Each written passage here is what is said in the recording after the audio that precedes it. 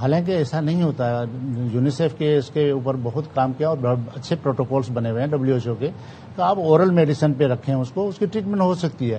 لیکن کیونکہ آپ کا جو گین ہے پیسوں کا وہ اسی میں ہوتا ہے. تو یہ جگہ جگہ محلے میں اس طرح کے کلینکس بنے ہوئے کتنے ہیں جو رجسٹرڈ ہوں گے اور کتنے ہیں ان رجسٹرڈ؟ یہ سوال. دوسرے جو آپ کا نرسنگ اسٹاف ہے, کیا ان کے باقاعدہ تربیت ہوتی ہے؟ انہیں بار بار ورک شاپ کروائی جاتی ہیں, ان کے کورس کروائے جاتے ہیں کہ کیا ایتھکس ہیں, کیا رولز ہیں, کسے فالو کرنا ہے؟ اب تو بہت بڑی بات کر دی آپ نے کہ ایتھکس کا کیا ہے. ہمارے ہاں پورے سسٹم میں یہ تو ایگزسٹ ہی نہیں کرتے.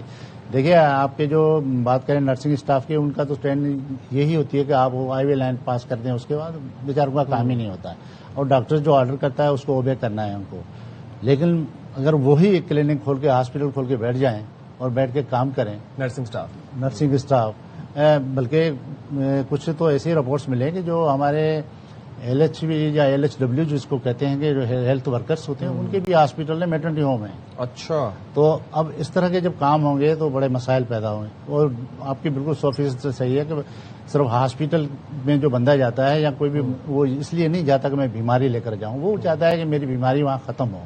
لیکن افسوسناک بات یہ ہے کہ وہاں سے اگر بیماری لے کر آتا ہے تو یہ تو میرے خیال میں پورے ہیلتھ کیئر سسٹم پہ جو ہے ایک سوال یا نشان ہے.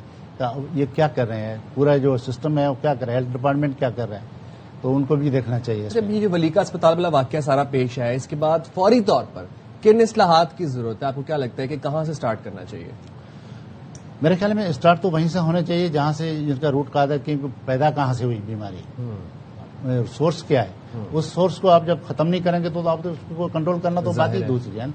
آپ نے کیا کیا ہے اس کے بعد؟ ابھی آپ کو 1 سال ہو گیا ہے تقریباً کہ ولیکا سے کیس آ رہے ہیں, جو نا لیبر ڈپارٹمنٹ کے انڈر کام کرتا ہے, گورنمنٹ کے انڈر کام کرتا ہے. اس کے کیا آپ کو جو نا ملے ہیں آج تک جو ان کی انویسٹیگیشن کیا ہوئی, اس میں کیا ظاہر ہوا اور اس کو کس طرح سے ان کو ایڈریس کیا گیا, ابھی تک ہمیں کچھ پتا. ڈاکٹر صاحب, آفٹر کووڈ ہمارے انفیکشس ڈیزیز سے متعلق بڑا کام بھی ہوا ہے, بڑے ادارے بھی اس متعلق بنے.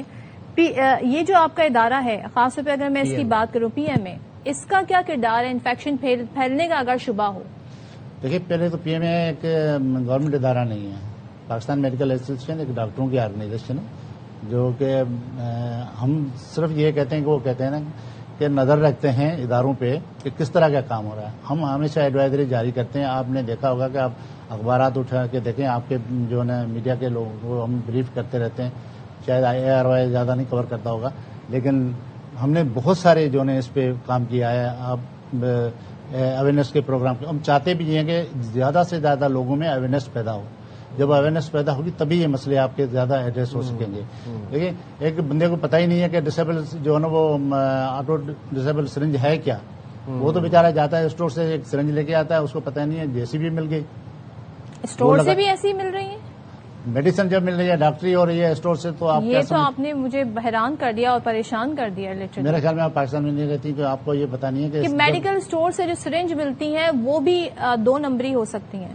بالکل, مطلب وہ ری یوزڈ ہو سکتی ہیں. ری یوز کا آپ نہیں سمجھے بات. ہم بات وہ کریں کہ وہ جو ایک مرتبہ استعمال ہو کے جو ہم پھینک دیتے ہیں, ہاؤ ٹو چیک اٹ, وہی کا بات کر رہا ہوں. وہ چیک کرنے کے لیے اس کے اندر باقاعدہ ایک نشان ہونا چاہیے جو وہ نہیں ہے اس پہ. مطلب مجھے تو وہ پیکنگ میں جو نظر آئے ہم سمجھتے ہیں کہ آپ نے جو بھی پیکنگ سے اٹھایا, میں اسی کی تو بات کر رہا ہوں کہ وہی سرنج ری یوز ہوتی ہے جو اس کو آپ ایک مرتبہ پلنجر کو اوپر کر کے دوبارہ دبائیں گے تو ٹوٹتی نہیں ہے. لیکن ہمارے ہاں جو 2021 کے بعد وہ لا بن چکا ہے, اس میں یہ ہے کہ وہ سرنج یوز کریں جو جس کو آپ ایک مرتبہ پش کریں تو اس کے بعد وہ ری یوز نہیں ہو سکتی. تو اب جو ری یوزیبل سرنجز جو آپ کو مل رہی ہیں اسٹور سے یا کہاں پہنچ رہی ہیں تو کیوں آ رہی ہیں, یہ کس کا کام ہے؟ اس ادارے کا. ہاں بالکل ایگزیکٹلی اس کا کام ہے. تو وہ کیوں نہیں جو نا وہ مانیٹر کرتا ہے, جہاں پہ یہ سرنجز بن رہے ہیں ان کی جو نا آڈٹ کیوں نہیں ہوتی؟ اچھا انور, ہمارے ساتھ نمائندے موجود ہیں ولیکا اسپتال میں جہاں پر یہ مہلک مرض کا منبع پھوٹا.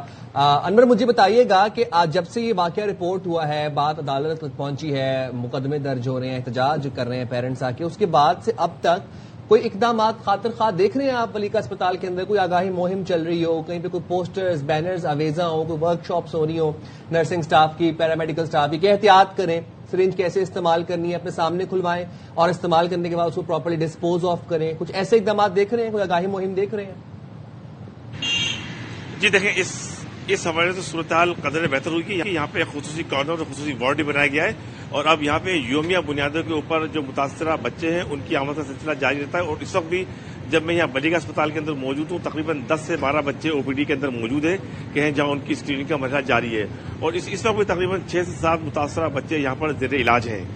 تو ابھی جو آؤٹ بریک آیا ہے اس آؤٹ بریک کا تعین کرنا بنیادی طور پر سب سے اہم فرض بن چکا ہے محکمہ صحت حکومت سندھ کی اور بعض افراد کو یہاں معطل بھی کیا گیا ہے. ظاہری بات ہے ان معطل افراد کے نام اس لیے نہیں لیے جا سکتے کہ معاملہ عدالت کے اندر معاملہ سب جوڈیس نہ ہو جائے.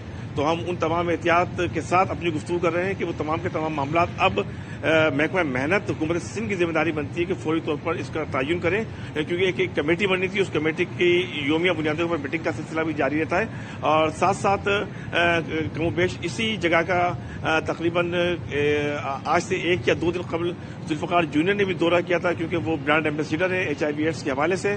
تو انہوں نے بھی خاصے اپنے تحفظات کا اظہار کیا, خاصی برہمی کا اظہار کیا اسپتال انتظامیہ کے اوپر.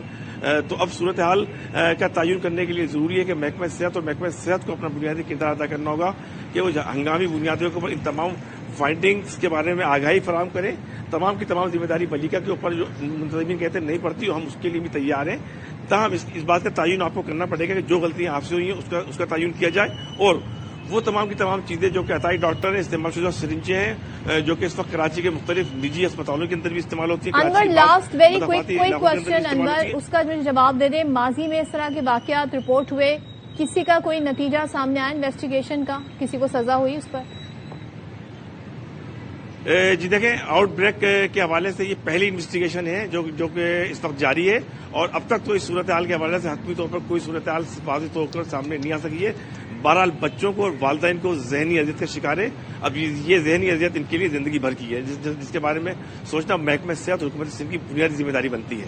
جی ٹھیک ہے, بہت شکریہ انور, آپ ہمارے ساتھ موجود ہیں. ڈاکٹر صاحب آپ کا بھی بہت شکریہ, آپ نے بڑے اچھے سے ہمیں تمام چیزیں سمجھائیں. یہ بات آپ سمجھیں اگر یہ جو HIV ایڈز آپ کو پتہ یہ پھیلتا ہے, یہ اس وقت سینکڑوں بچوں میں مبتلا ہو چکا ہے. وہ بچے اس چیز سے سفر کر رہے ہیں اور چھوٹے بچے ہیں, چھوٹے 3, 4, 5 سال کے بچے ہیں. ان کے آگے اہیڈ 50 سال کی زندگی ہے. اب اگلے 50 سال کے لیے آپ سوچیں کہ HIV ایپیڈیمک کا ایک ٹیکنگ ٹائم بامب ہے. یہ ان کی اتنی پر کیئر کرنی پڑے گی, ان کو اتنا ہمیں ٹریٹ کرنا پڑے گا اچھے سے, ورنہ خدا نہ خواستہ یہ بات HIV ایپیڈیمک تک پھیل سکتی ہے.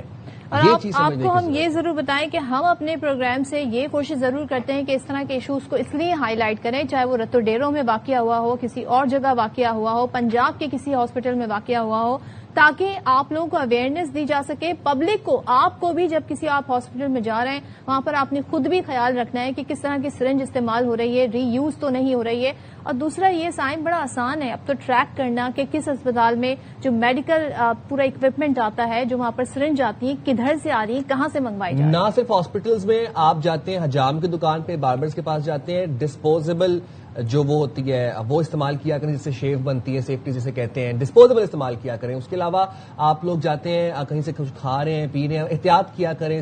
ڈینٹسٹ کے پاس آپ لوگ جاتے ہیں, وہ دیکھا کریں کہ وہ جو کٹ استعمال کر رہا ہے وہ ڈسپوزیبل کٹ ہے اور وہ نیو کٹ آپ کے سامنے کھولے. سرنجز سیلڈ ہونی چاہیے. یہ ایک اور میرے دماغ میں بات آ گئی, ڈاکٹر صاحب نے جیسے بتایا کہ فارمیسی سے بھی آپ کو ری یوز جو ہے وہ سرنجز مل جاتی ہیں. تو اپنی احتیاط خود کرنی ہے اور اپنے آپ کو خود بچانا ہے اس مہلک بیماری